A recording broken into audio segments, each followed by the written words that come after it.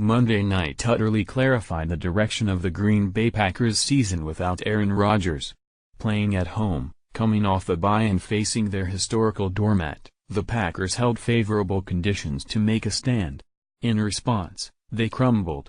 They lost to the Detroit Lions, 30-17, only after a cosmetic, final second touchdown embroidered the final score. Backup quarterback Brett Hundley, it can now be definitively stated, is not saving Green Bay. Since Rodgers suffered a broken collarbone in the first quarter of Week 6, opponents have outscored the Packers, 79-44, with 2 of 3 games at Lambeau Field. A bye week full of first-team practice reps for Hundley provided no evident regrouping.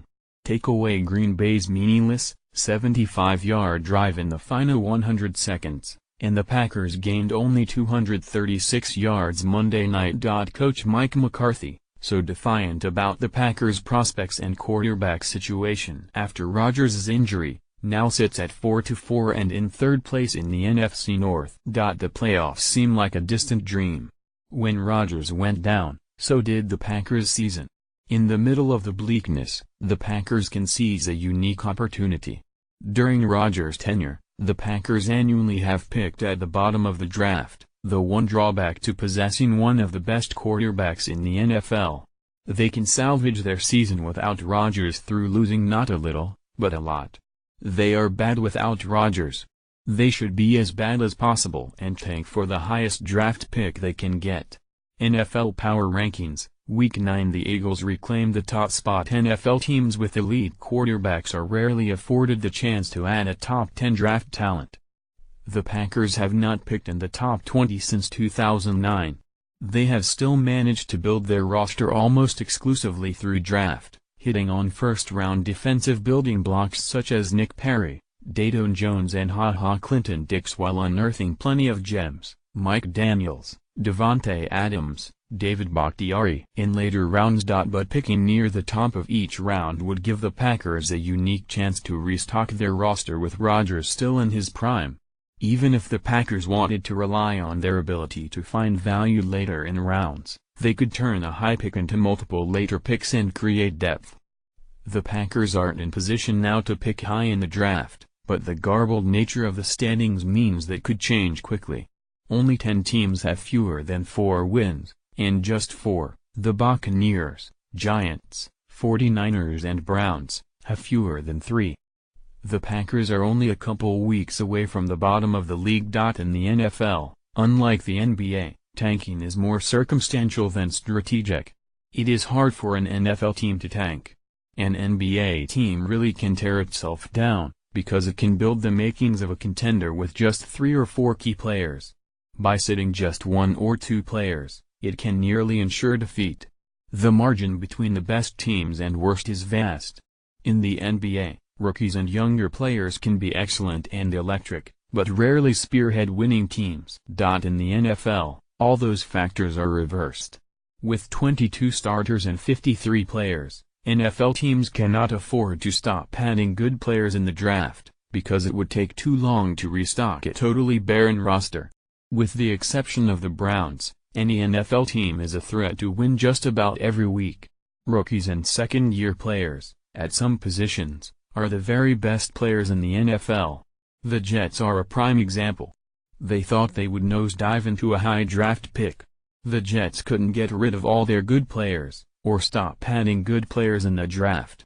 It turned out some of those players formed a formidable defense and better-than-expected offensive weapons for journeyman Josh McCown, who has proven mere competence can go a long way at quarterback. Contrast the Jets with the Giants, who expected to contend for a Super Bowl. They lost their best player, Odell Beckham Jr., to injury. Their quarterback aged quicker than they realized. Their holes at linebacker were deeper than expected. Suddenly, they're 1-7 and headed for a top 5 pick. The Giants are taking a good, hard look at everyone, even quarterback Eli Manning, and so while the Packers didn't plan on tanking, it now represents their best option. The mechanics of tanking in the NFL are more difficult, too. Players' careers are too short for them to assent to sitting out, and the bottom half of every roster is effectively showcasing themselves to the entire league on a weekly basis. But the Packers should do what they can. When starters are nursing even minor injuries, the Packers should push them to rest and develop younger backups. Later in the season, they should consider benching healthy starters, to avoid injury and decrease their chances to win. The Packers are going nowhere without Rodgers in the present. At least they can turn their season into a means of building a better team around him for the future. In dealing with Jameis Winston's balky throwing shoulder, the Tampa Bay Buccaneers are not going to make the same mistake the Indianapolis Colts made with Andrew Luck.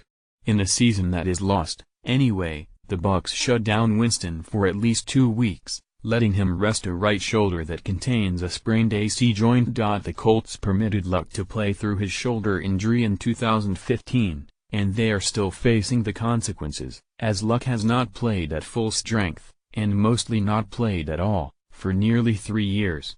And Luck's future remains murky, as he will not even throw as he continues rehab from off-season shoulder surgery. After years of neglect, the Saints' defense might get Drew Brees back to playoffs. The 2-6 Bucs are trying to stifle any major issues before they arise. Winston couldn't finish the 2-6 Bucs' 30-10 loss to the Saints after playing through pain since Week 6, when he first suffered the injury. They feel like he needs to rest for a couple of weeks, and that's what is going to happen, Tampa Bay coach Dirk Koetter said. They're saying this is not structural, but they want to shut him down. The Jets are not finished with Fitzmagic yet. Ryan Fitzpatrick will start Sunday against the Jets for Tampa Bay, as Connor Hughes writes, in place of Winston. Fitzpatrick and the Jets have a lot of history, most of it colored by the acrimonious contract talks before last season that led a 1-year, $12 million deal, which preceded a terrible season for both Fitzpatrick and the Jets. There wasn't much fallout from the handful of brawls that took place on field Sunday. The NFL suspended Mike Evans 1 game for his blindside shove of Saints cornerback Marshawn Lattimore, but every other player involved in a fight, notably Jalen Ramsey and A.J. Green, did not receive a suspension. One tidbit emerged: the Jaguars needed security in the locker room to prevent Ramsey from fighting Green after the game, Michael DeRocco and Catherine Terrell report. Bill Belichick clarified his stance, slightly, about the timing of the Jimmy Garoppolo trade. On Boston-based radio station WEEI, Belichick acknowledged the Patriots could have gotten more than a second-round pick, which the Patriots ended up receiving from the 49ers, for Garoppolo had he traded him before April's draft. But he also made clear he didn't care. There was no market to trade Jimmy in April, on our end, Belichick told WE. I don't really care what the offer was. I don't even know what the offers were, or would have been. There was no interest on our end in making that deal.